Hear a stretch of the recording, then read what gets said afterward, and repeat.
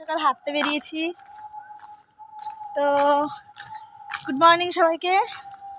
আমরা দীঘাতে হাঁটতে বেরিয়েছি, বাড়িতে কখনো হাঁটতে যাই না। আমরা সেই সকালে উঠেছি ঘুম থেকে। আমরা নিউ দীঘাতে এখন সূর্য ধরে আসলাম, সূর্যকে হাতে করে নিয়ে আসলাম। সূর্যকে হাতে করে নিয়ে ক্যামেরা বন্দি করে তারপরে ঘরে ফিরলাম।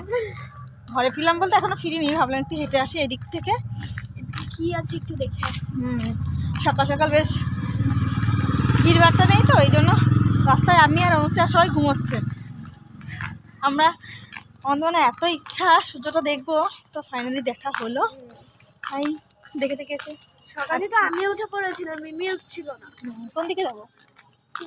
এদিকে যাই, মর্নিং ওয়াক।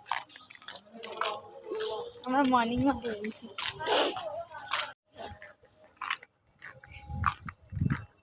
আমাদের দীঘাতে আজকে 2 দিন হয়ে গেল, তাই না অবশ্যই? 2 দিন হয়ে গেল আমাদের দীঘাতে। আর কালকে বেরিয়ে যাবো।